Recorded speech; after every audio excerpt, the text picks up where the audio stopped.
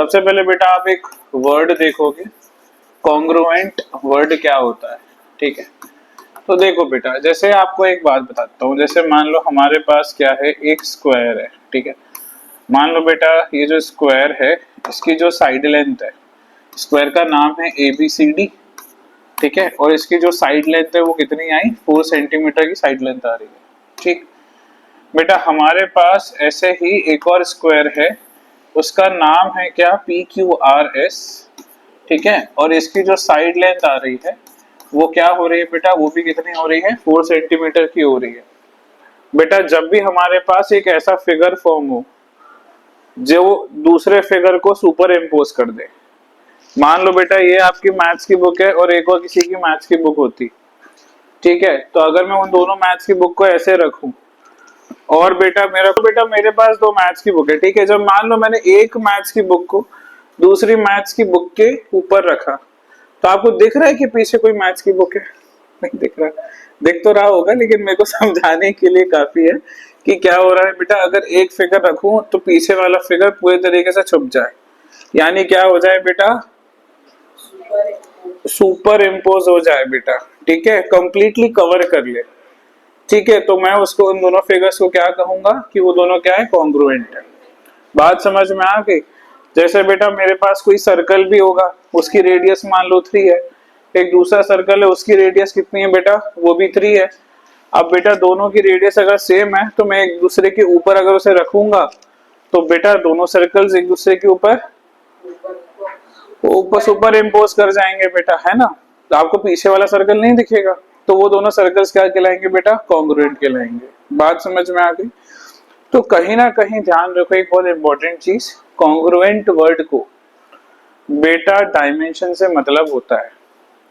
मतलब जैसे मैं कॉन्ग्रुएंट ट्राइंगल्स बोलूं तो तभी वो बेटा दूसरे ट्राइंगल के कॉन्ग्रुएंट होगा जब बेटा पहले ट्राइंगल के तीनों एंगल्स और तीनों साइड्स, दूसरे ट्राइंगल के तीनों एंगल्स और तीनों साइड के क्या आए, बराबर आए। क्या आप इतनी बात समझ गए मैंने क्या बोला? कोई दिक्कत तो नहीं है? फिर से बोलूं एक बार, नहीं बोलूं? कॉन्ग्रुएंट फिगर्स क्या होते हैं, ऐसे फिगर जो दूसरे फिगर को सुपर इम्पोज कर जाए कुछ इस तरीके से कि हमारे पास पीछे वाला फिगर विजिबल ना हो, उसे अपन लोग कहते हैं कि वो कॉन्ग्रुएंट फिगर्स है। दूसरी बात मैंने आपको समझाई है बेटा, कॉन्ग्रुएंस जो होता है, वो कॉन्ग्रुएंट जो होता है बेटा उसे किससे मतलब होता है, डायमेंशंस ऑफ फिगर्स से मतलब होता है। जैसे स्क्वायर 4 सेंटीमीटर का है, दूसरा स्क्वायर 4 सेंटीमीटर का है, तो ये कॉन्ग्रुएंट है। अगर सिर्फ ये स्क्वायर है और ये स्क्वायर है तो ये कॉन्ग्रुएंट नहीं है, मतलब उसको डायमेंशन से मतलब है, कितना डायमेंशन है। समझ गए क्या बोला मैंने? बात क्लियर रहेगी। ये चैप्टर बहुत टफ चलता है और इसमें आंखों का नहीं नजर का काम होता है, ठीक है। एक फिगर के ऊपर दूसरा फिगर दिया रहेगा, आपको आइडेंटिफाई करना पड़ेगा कि कौन सा कहाँ पे क्या आ रहा है, ठीक। तो कॉन्ग्रुएंट वर्ड का मीनिंग क्लियर हो गया सभी को? क्या होगा लक्ष्य, जल्दी से शॉर्ट में, दोनों फिगर्स कॉन्ग्रुएंट कहलाएंगे और कॉन्ग्रुएंसी को डायमेंशन से मतलब होगा। दो फिगर्स तभी कॉन्ग्रुएंट कहलाएंगे जब उनका बेटा क्या होगा, जब उनके डायमेंशंस इक्वल होंगे, ठीक है। तो बेटा उसी प्रकार से मेरे पास ट्राइंगल्स भी कॉन्ग्रुएंट हो सकते हैं। तो अब मेरे पास जो नेक्स्ट कॉन्सेप्ट आता है ना, कॉन्सेप्ट नंबर 2, ये तो इंट्रोडक्शन था, ये आता है बेटा क्राइटेरियाज फॉर कॉन्ग्रुएंसी। हम लोग किस बेसिस पर डिसाइड करेंगे कि दो ट्राइंगल्स कॉन्ग्रुएंट है, ठीक है।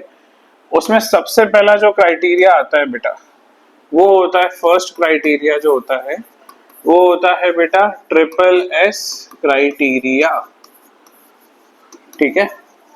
इतनी बात समझ गए? कौन सा क्राइटेरिया होता है, SSS क्राइटेरिया। देखो बेटा दो फिगर ले लो आप, मैं दो ट्राइंगल्स ले लेता हूं।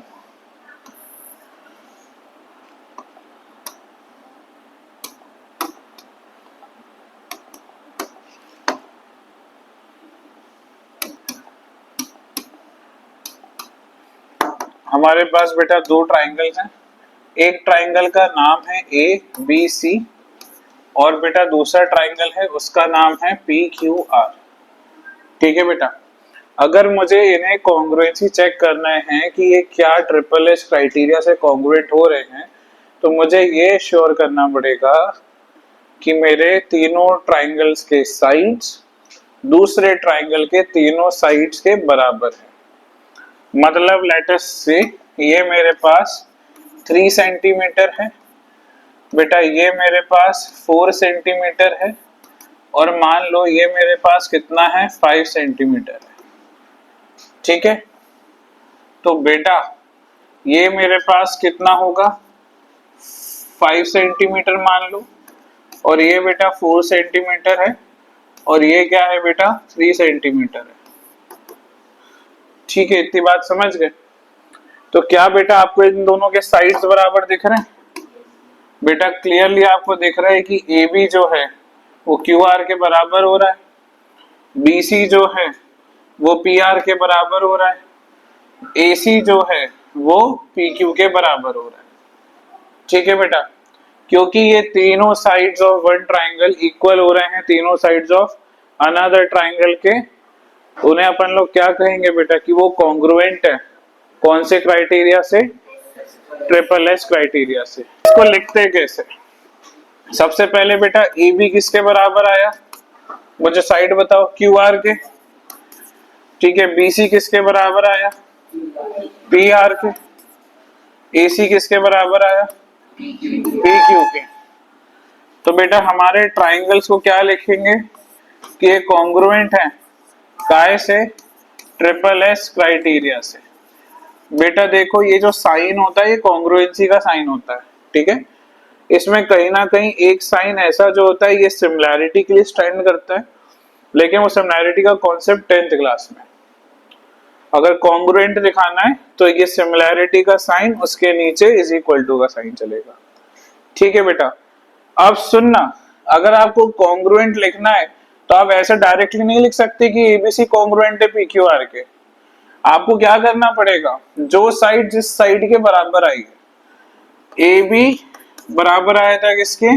क्यू आर के, तो यहाँ पे सी आ जाएगा और यहाँ पे बेटा पी आ जाएगा, तो ही आप कॉन्ग्रुएंटी का साइन लगा पाओगे। क्योंकि देखो ए बी क्यू आर के बराबर, बी सी पी आर के बराबर, दिख रहा है, ए सी पी क्यू के बराबर। पहला क्राइटेरिया क्लियर है बेटा, if 3 sides of one triangle are equal to 3 sides of another triangle and the two triangles are congruent।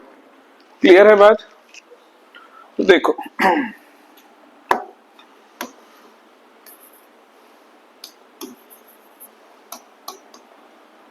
अपन लोग लिख देंगे बेटा इसका statement, if 3 sides of one triangle are equal to 3 sides of another या other triangle, then the triangles are congruent। ठीक है बेटा, ये हो गया अपना पहला क्राइटेरिया, जिसे नाम देंगे अपन लोग क्या बेटा? Triple S criteria. ठीक है, अब चलते हैं बेटा अपन लोगों ने बेटा सेकंड क्राइटेरिया लिया, उसको नाम दे रहे हैं बेटा साइड एंगल साइड क्राइटेरिया, यानी SAS क्राइटेरिया। ठीक है, फिर से अपन लोग क्या करेंगे, दो ट्राइंगल्स लेंगे, एक बेटा ट्राइंगल लाल वाला ले लो, एक बेटा ट्राइंगल क्या करो, कौन सा लेना है? ब्लू वाला। एक बेटा इन दोनों का नामकरण कर दो, इन दोनों का नाम कर देते हैं अपन लोग ए बी सी, और बेटा दूसरी साइड दूसरा ट्राइंगल का आ रहा है पी क्यू आर। ठीक है बेटा, एसएस क्राइटेरिया में S word stands for side angle side. ठीक है, अब बेटा देखो साइड एंगल साइड है, लेकिन एंगल जो आ रहा है बेटा वो बीच का आ रहा है। यानी ध्यान रखना बेटा, एक सिचुएशन इमेजिन करते, जैसे बेटा हमारे पास साइड BC जो दिया गया है 4 सेंटीमीटर का, साइड AB जो दे रखा है वो 5 सेंटीमीटर का, और इनके जो बीच का एंगल दे रखा है वो कितना है 60 डिग्री। ठीक है बेटा। मान लो बेटा ये हमारे पास साइड PQ जो है ये 4 सेंटीमीटर का है, साइड PR हमारे पास 5 सेंटीमीटर का है, और इनके बीच का जो एंगल दे रखा है वो दे रखा है 60 डिग्री। क्या आप इतनी बात समझ गए? अब बेटा हम लोग इनको कॉन्ग्रुएंट तब कह सकते, क्यों कह सकते हैं कॉन्ग्रुएंट? क्योंकि इनकी जो साइड्स हैं वो बराबर आ रही है। दिख रहा है? देखो जैसे आपको दिख रहा होगा BC किसके बराबर निकल कर आ रहा है बेटा? PQ के, राइट। अब सुनो, ये तो साइड हो गया, लेकिन अब बेटा मुझे एंगल चाहिए। तो बेटा ये दिख रहा है एंगल B और एंगल P बराबर आ रहे हैं, दिख रहा है? दोनों 60 डिग्री के। और बेटा हमारा जो AB है वो बराबर हो जाएगा किसके? PR के। तो बेटा क्योंकि सारे दो साइड्स और उनके बीच का एंगल बराबर आ गया, दूसरे ट्राइंगल के दो साइड्स और उनके बीच के एंगल के, तो हम लोग इसे क्या कह देंगे? कौन सा क्राइटेरिया से कॉन्ग्रुएंट हो गए? SAS criteria. बेटा इसमें इस प्रॉपर्टी को या इस क्राइटेरिया को लगाने के लिए आपको एक बात विशेष ध्यान रखना पड़ेगी। मान लो बेटा हमारे पास 60 डिग्री यहां नहीं दिया होता, ठीक है? मान लो हमारे पास जो 60 डिग्री है वो यहां दिया होता, उस सिचुएशन में ये कॉन्ग्रुएंट होते? नहीं होते बेटा। क्यों नहीं होते? क्योंकि बेटा जो साइड्स आपने ली हैं उनके बीच का एंगल नहीं है ये। अगर बीच का नहीं होगा तो आप नहीं ले सकते बेटा इसको कॉन्ग्रुएंसी के पार्ट में। बात समझ में आई? जो दो साइड्स आपने ली हैं उनके बीच का ही एंगल लेना है।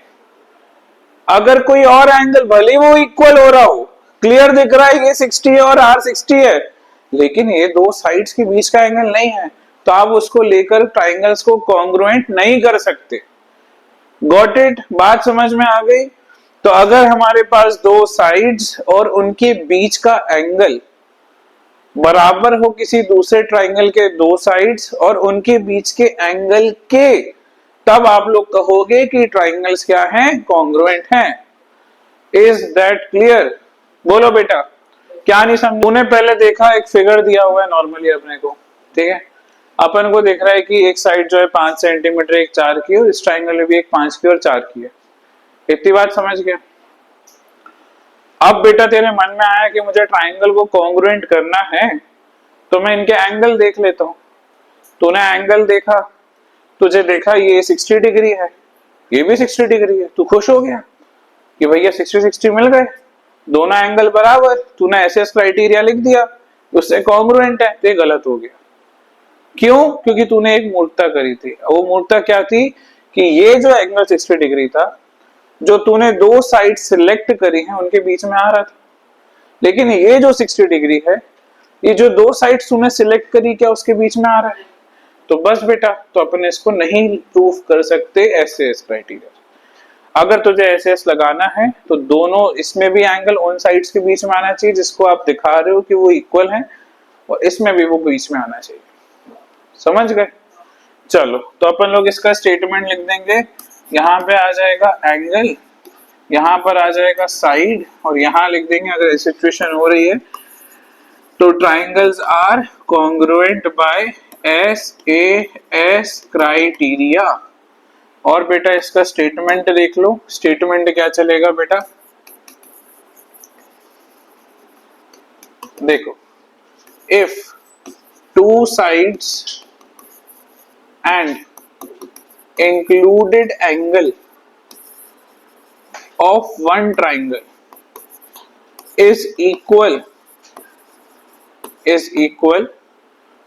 to two sides and included angle of other triangle, then the two triangles are said to be congruent। बात समझ में आ गई बेटा? कोई समस्या है तो अभी पूछो, क्योंकि ये चैप्टर बेसिस बनेगा अगले साल में भी कुछ चैप्टर्स का।